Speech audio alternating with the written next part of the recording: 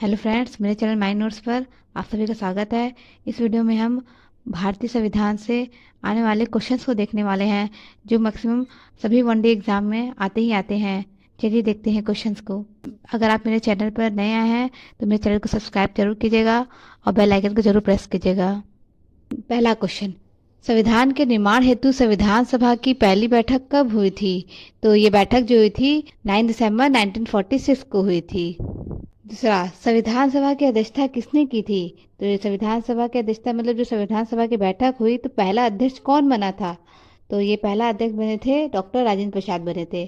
तीसरा, जब संविधान का निर्माण हुआ तब उसमें कितने अनुच्छेद, अनुसूचियां व भाग थे?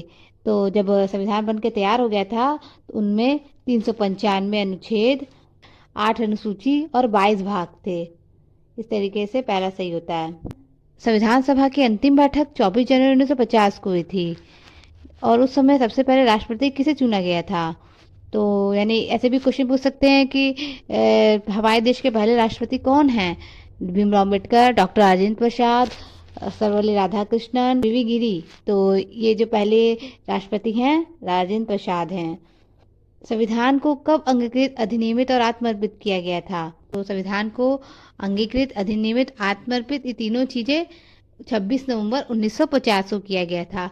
लेकिन इसके अलग अगर एग्जाम में ये पूछे कि संविधान को कब पारित किया गया था तो 26 जनवरी 1950 को पारित किया गया था।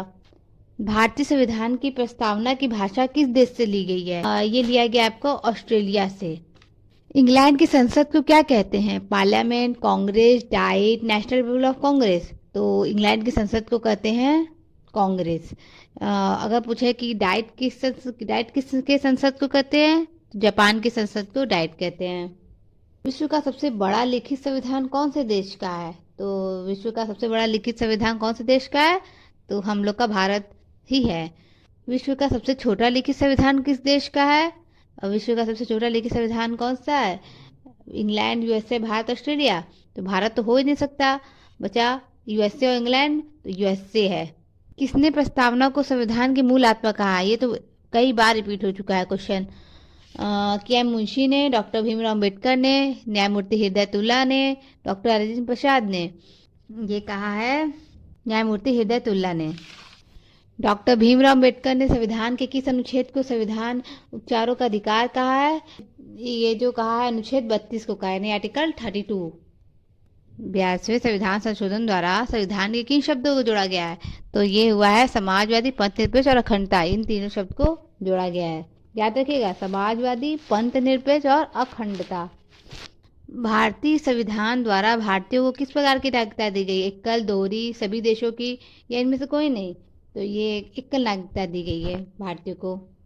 भारतीय संविधान द्वारा भारतीयों को कितने मौलिक अधिकार दिए गए हैं?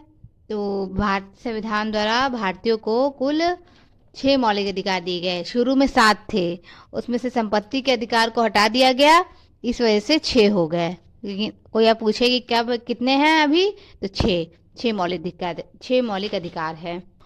किस अनुच्छेद द्वारा भारतीय लोगों को समानता का अधिकार दिया गया है कि सभी लोग एक समान हैं? तो अनुच्छेद 14 के द्वारा, आर्टिकल 14 के द्वारा भारतीय लोगों को समानता का अधिकार दिया गया है।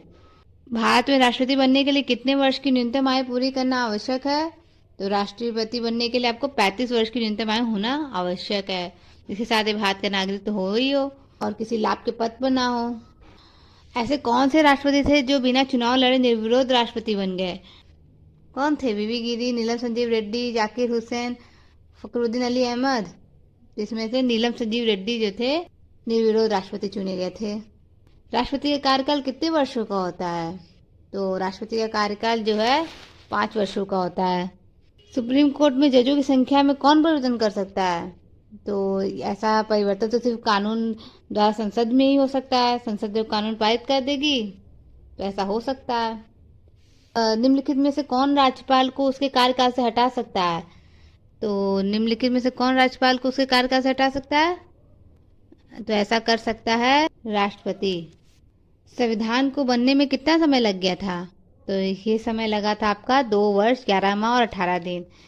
आप मुझे जरूर बताइएगा कि आपका इसमें से कितना क्वेश्चन सही था। वीडियो देखने के लिए थैंक यू।